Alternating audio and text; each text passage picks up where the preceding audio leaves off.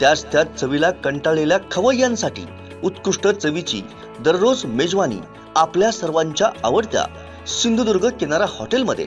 ठाण्यामध्ये 18 वर्षांपासून सुप्रसिद्ध असलेले सिंधुदुर्ग किनारा हॉटेल आता असलदे या गावात अगदी निसर्गरम्य ठिकाणी non AC, open AC family hall, AC बोटीत बसून जेवणाचा आनंद, प्रशस्त पार्किंग, स्वच्छ आणि प्रशस्त टॉयलेट, चहा, नाश्ता, जेवण यासह मालवणी त्याचबरोबर Mughlai, Chinese, tandoori, north Indian अशी भरपूर व्हरायटी। आजच भेट द्या आणि अनुभव घ्या एका अनोख्या निसर्गरम्य मेजवानीचा। हॉटेल सिंधुदुर्ग किनारा, मुंबई गोवा हायवे, असलदे पेट्रोल पंपाजवळ, असलदे।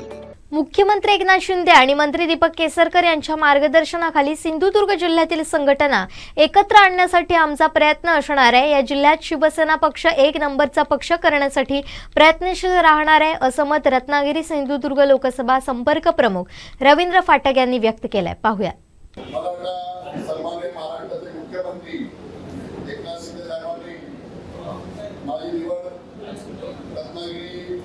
लोकसभेसाठी केल्यानंतर मी पहिल्यांदा अधिकृत आलो तर मी या जिल्ह्याचा विभाग माझा आहे।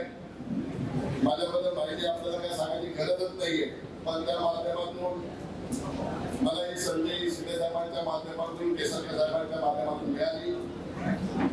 खरोखर मी त्याचं नक्कीच आपल्यासाठी उपयोग चांगला करेल असं मला वाटतंय। आज खरोखर मला वाटतं एवढे गर्दी बघून मला सर्वप्रथम शिवगावोत्सव आहे, सर्वांना हार्दिक शुभेच्छा मनापासून। आणि गावोगावी रोड असताना मोठ्या संख्येने लोक आपण उपस्थित झाल्याबद्दल तुमच्या मनापासून कौतुक। कारण हा दौरा असा अचानक लागलाय की आम्हाला आमचं अधिवेशन सर्व चालू असताना आम्ही सन्माननीय शिंदे साहेब मला 19 तारीखला खेळला येत आहे आणि सिंधुदुर्ग म्हणजे कोकणाचा दौरा त्याचा चालू होत आहे आणि या माध्यमातून आम्ही आज सिंधुदुर्ग करून उद्या मी रत्नागिरी खेड मार्गे मुंबईकडे जाणार आहे। मी केसरकर साहेबांना विनंती केली आजपासून आपण सुरुवात करू। आता इथे झाल्यानंतर कुडा नंतर कणकवली देवगड असं करून मी रत्नागिरीकडे जाणार आहे। मला ही संधी सन्माननीय शिंदे साहेबांना दिल्यानंतर संघटना बांधणीसाठी मला काम करायचंय।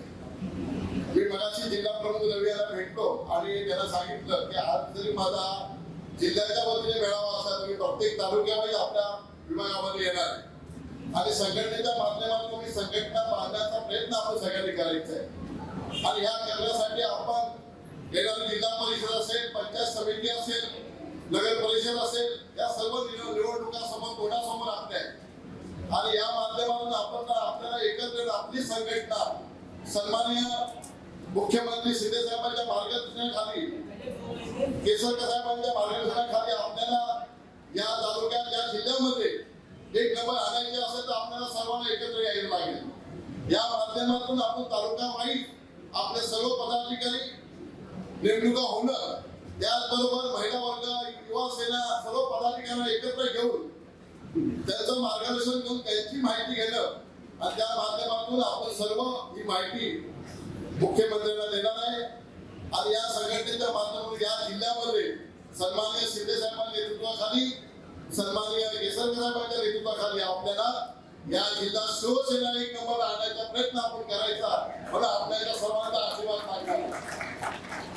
मी जास्त वेळ आपल्याला घेणार नाही, दुपारची वेळ झाली आहे, मीटिंग पण वेळ झालेली आहे, पण एवढंच मी तुम्हाला शाश्वत करतो की आपण सर्वांनी जी मला निवड झालेली आहे त्या माध्यमातून आपण एवढ्या मोठ्या संख्येने मला उपस्थित राहिल्याबद्दल तुझं मनापासून कौतुक करत असताना महाराष्ट्राच्या मुख्यमंत्र्यांनी आणि उपमुख्यमंत्री देवेंद्र फडणवीस आणि केसरकर साहेबांनी 2 दिवसापूर्वी बजेट मांडलेलं आहे आणि बजेट मांडत असताना महिलांना जास्त प्राधान्य दिलेलं आहे।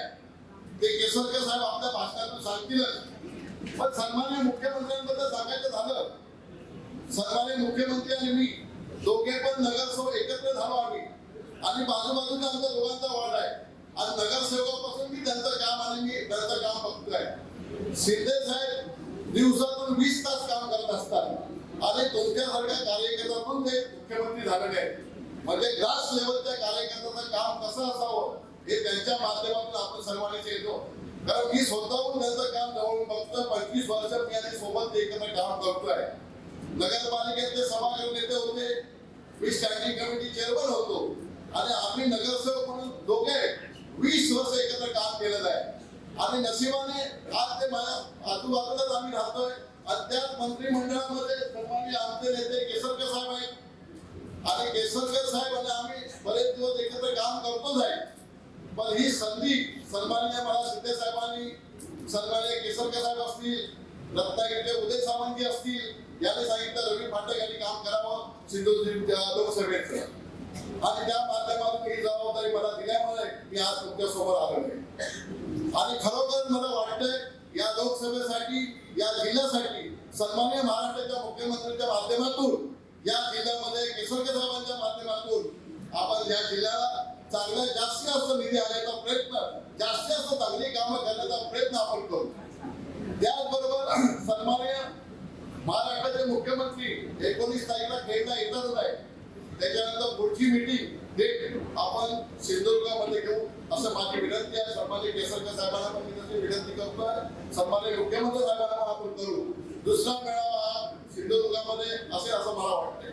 त्याच्यासाठी आपल्याला सर्वांना एकत्र येणं जरुरी आहे. त्याच्यासाठी प्रत्येक तालुक्यावाईज ही होळी संपली, नवरात्र चैत्राची संपली की प्रत्येक तालुक्यावाईज आम्ही सगळ्या तालुक्यामध्ये भेट देणार आहे आणि त्याच्या माध्यमातून आपल्या तयारी संघटनेची करायची आहे. त्याचबरोबर जिल्हा परिषद इलेक्शन आहे, पंचायत समित्या असतील, नगर परिषद असतील, त्याची बातमी झाली पाहिजे.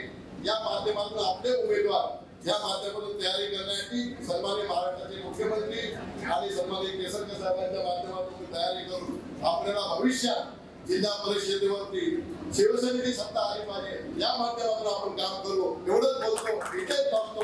जय हिंद, जय महाराष्ट्र. आमचे दिवसभरातले सर्व अपडेट्स, ताज्या घडामोडी आणि थेट लाईव्ह पाहण्यासाठी सबस्क्राईब करा, लाईक करा कोकणचं नंबर 1 महा चॅनल कोकण 7 लाईव्हचं YouTube चॅनल.